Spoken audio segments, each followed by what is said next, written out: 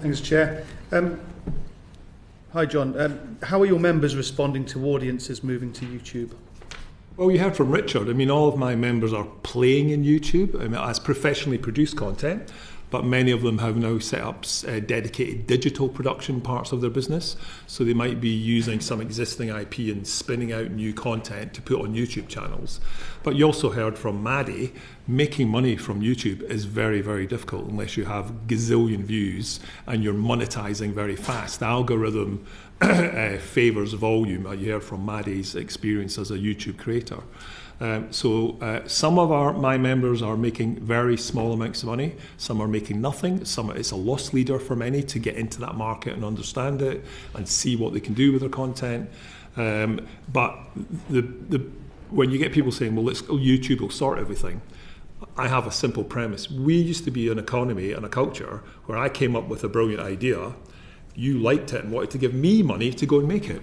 And I then hired everyone to go and make it, and then I gave you the production. And then hopefully you made money, we made money. YouTube is self-publishing. I have to pay for everything. So the barrier to entry, and this is where you touch on issues around diversity and social inclusion, the barrier to entry on YouTube is difficult because you have to pay for everything. You heard from Maddie, she probably works very hard to make not very much money. So YouTube, I think, is a way of attracting people back to your content, building up fan base, trying new ideas. It's very exciting. But the idea that it's going to replace significant investment in original content, I just don't think is real. Can I just add to that? Yes. I think YouTube content creators, there are a lot of great inventive people, and some of them make absolutely fantastic content like Maddie, and there's a lot of other content too. But the reality is, if you are a UK producer or any producer that comes to that, making content for YouTube, it is your own business to make that content happen. It's essentially sweat equity, and then you're banking on, by luck or some sort of speaking to the logarithm, that your content gets surfaced and you start making some revenue back. But as we've heard, for children's, under the COPPA regulations, the proportion of money you can make from YouTube advertising revenue is tiny. But the difference is, if people that are successful in getting new content serviced make content for the algorithm, not for children. It's a different style, a different approach of production, and I think that is something that we need to think about, because children, their neural pathways are developing, there's a lot of brain plasticity. If you are letting them absorb the content this way, which is more of the same, they're going to develop a very specific, hardened neural pathway, and that, in the long term, is not going to be good for society or them. Adam, did you want to add anything to that? Yeah, I'd like to add a few things, actually. I mean, I'll go to YouTube first, and then I'd like to come back to the content fund and cultural specificity. So YouTube, for us, the problem is, I mean, YouTube accounts for 44% of kids viewing now, 44%. VSPs in general, 48%. So that's almost half the audience is over there. And there were revenues there. We'd put our content on YouTube, and there were revenues, but more recently, those have dried up. And to be fair to YouTube, for understandable reasons, and they've introduced sort of the Made for Kids protection, which basically means you cannot target advertising to kids on YouTube. And we can all understand why you would do that. That has absolutely obliterated the revenues that were on it. So we've lost nearly half the audience, and there's no revenues there. On the contestable fund, I just wanted to add a couple of points.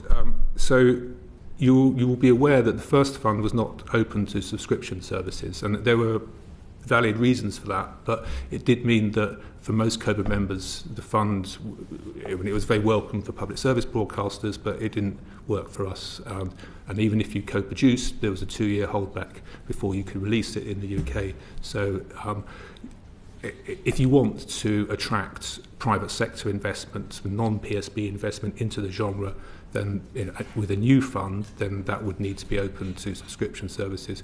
And on the specificity points that Jackie raised, I do think co-productions can be cultural specific, and frankly, pretty much everything you look at on some PSB channels is a co-production. So if it's not culturally British, then something is deeply, deeply wrong in the PSB system.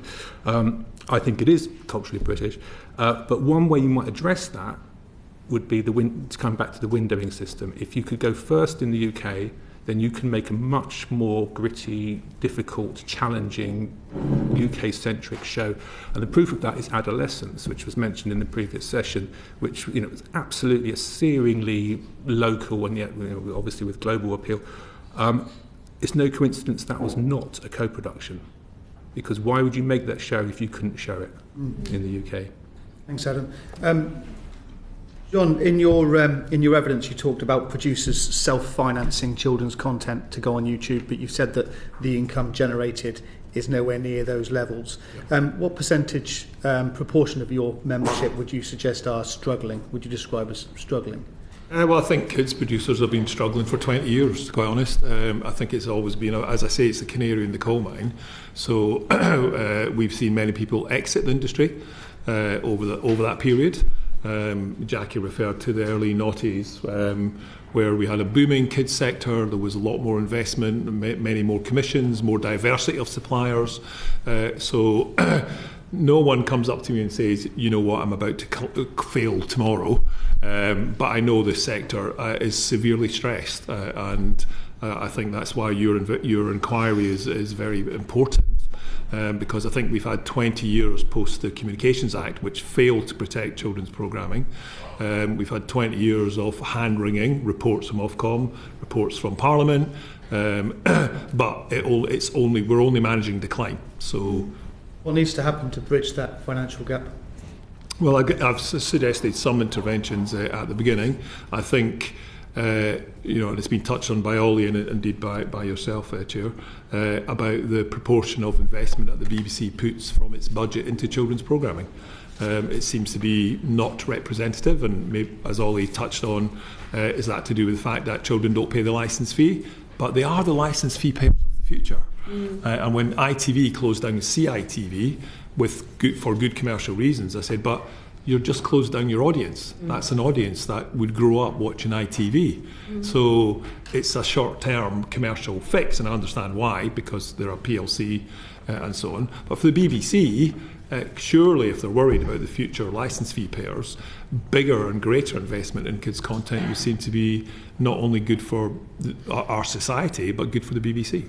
If we lose the BBC, what happens to children's content? Adam, to each of you. We're left with pretty much nothing of any value.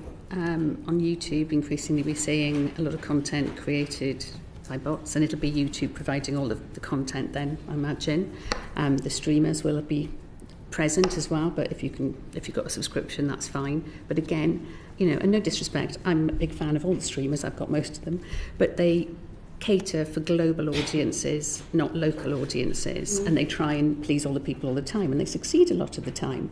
I think something like Sex Education, which was set very near where I grew up, in a high school, but in the Usk Valley, so beautiful scenery, lovely. But all of the tropes within it were very much high school American culture. So, it was a great entertaining programme, and I learned some things, let me tell you now. But it's not the same as the sort of content that the BBC would make, that any UK public service broadcaster would make, because it's not truly reflecting our young people and our audience. Can I go on say something? First of all, to lose the BBC or to lose the licence fee for kids' content would be disastrous. Okay, so make that absolutely clear. It'd be absolutely disastrous. And the thing is, the market is so tough with YouTube fragmenting audiences, with advertising restrictions around junk food, which we could all understand why they're there, but that took £200 million a year out of the advertising sector, with tax breaks that I don't believe are that competitive. The market is so tough that we can't finance original content on our own, or very rarely can we finance original kids' content on our own. So we need to partner with the BBC to be involved, and with other broadcasters, obviously. On sex education, now, I don't actually represent Netflix, so I don't feel I need to defend it, but sex education always gets this bad rap, and I think it's quite instructive about the complexity of the ecosystem that we have, because sex education gave a platform to a new generation of British talent.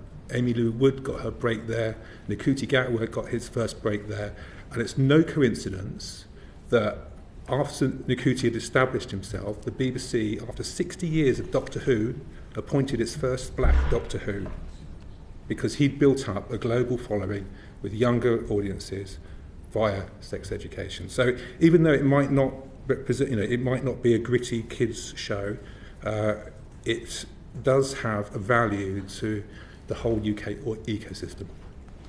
Adam, I completely agree, Adam, and I was just making the point that it's different to UK public service content, subtly sometimes, and it's a great show, I love it. And Shooty was great. Anything to add, John, to wind up?